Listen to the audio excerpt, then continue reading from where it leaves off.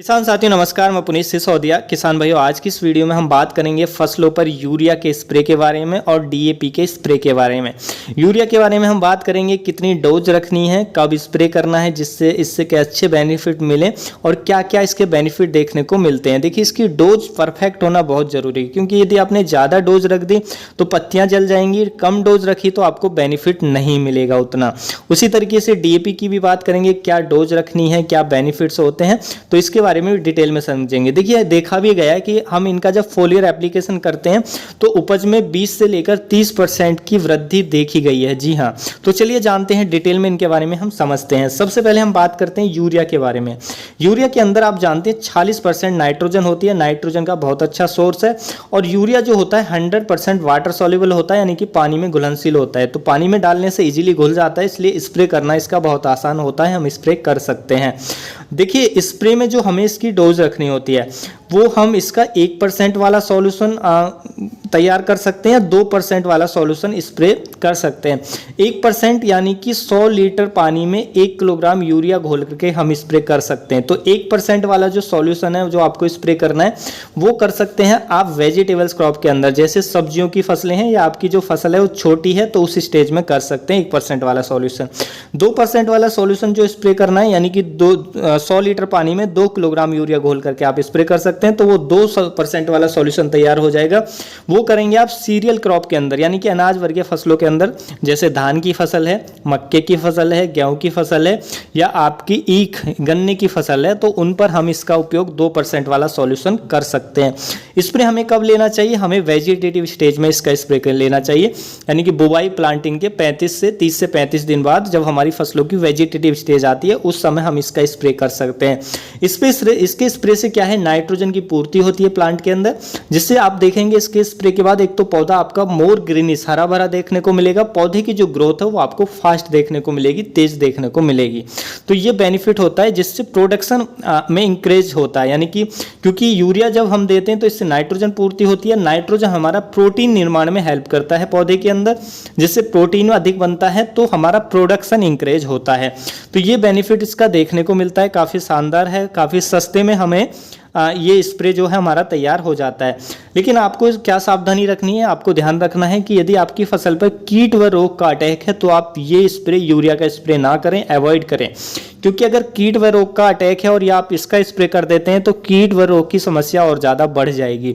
तो केवल ये ध्यान रखना है, यदि कीट व रोग का अटैक नहीं है, फसलों की ग्रोथ अच्छी नहीं आ रही है, फसल हरी भरी नहीं है, तो उस समय आप इसका यूज करके फसलों में बेनिफिट ले सकते हैं।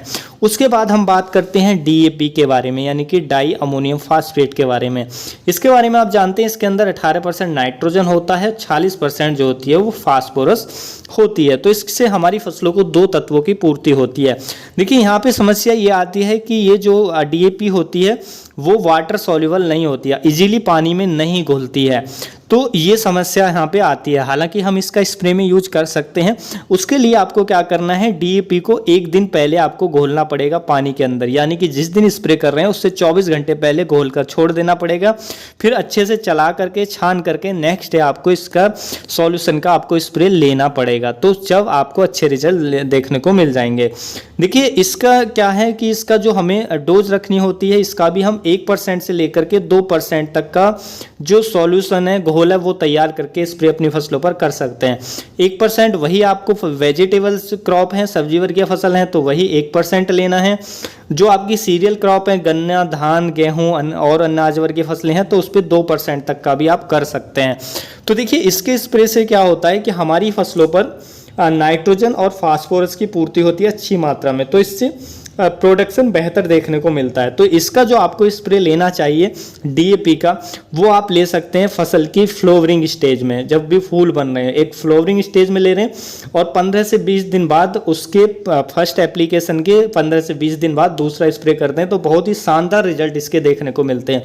देखिए, फ्लावरिंग स्टेज में ये फूलों को बढ़ावा देता है, जिससे प्रोडक्शन हमें अच्छा देखने को मिलता है, और इसके अंदर नाइट्रोजन भी होता है जो पौधे को हरा भरा रखता है। नाइट्रोजन कम मात्रा में होता है, उतना ज़्यादा मात्रा में नहीं होता है, क्योंकि यहाँ पे आप कहेंगे नाइट्रोजन होने से हमारी फसलों में फ्लावर ड्रॉप हो सकता है, तो नाइट्रोजन बहुत कम मात्रा में इसके अंदर होता है, 18%, जो एक बैलेंस मात्रा है, उससे कोई नुकसान नहीं होगा और बेनिफिट ही आपको देखने को मिलेगा। तो इससे काफ़ी अच्छे रिजल्ट देखने को मिल जाते हैं।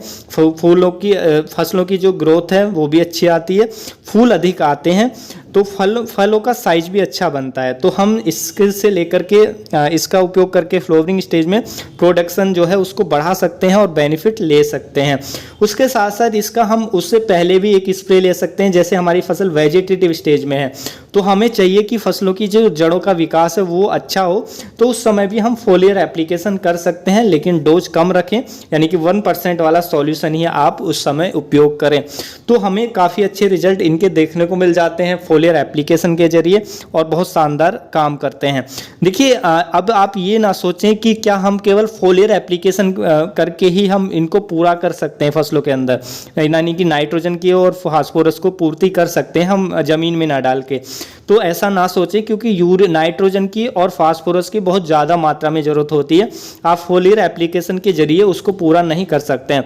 फोलियर एप्लीकेशन हम केवल इसलिए करते हैं फसल को एक एक्स्ट्रा बूस्ट देने के लिए, यानी कि फसल की और अच्छी ग्रोथ करने के लिए। हालांकि इनको जो डीएपी है आपको ज़मीन में भी देना चाहिए, देना ही पड़ेगा, क्योंकि ज़्यादा मात्रा में फास्फोरस चाहिए, तो आप ज़मीन में भी डालें और चाहे तो फिर एक या दो फोलियर एप्लीकेशन करके फसल को एक एक्स्ट्रा बूस्ट दे सकते हैं, जिससे आपका प्रोडक्शन बेहतर होगा। उसी तरह यूरिया को भी आपको ब्रॉडकास्टिंग करना पड़ेगा, नहीं खड़ी फसल में ज़मीन में भी डालना चाहिए। और चाहे तो आपको लग रहा है नहीं हमें अच्छे रिजल्ट चाहिए, फसलों में पीलापन है, जल्दी से दूर करना है, फसलों की ग्रोथ फास्ट चाहिए, तो आप एक इसका फोलियर एप्लीकेशन भी ले सकते हैं, कोई दिक्कत नहीं है। तो उससे भी आपको शानदार रिजल्ट देखने को मिल जाएंगे। तो उम्मीद है जो जानकारी है आपको अच्छी लगी होगी। जानकारी अच्छी लगी वीडियो को लाइक शेयर एंड सब्सक्राइब करना ना भूलें। धन्यवाद।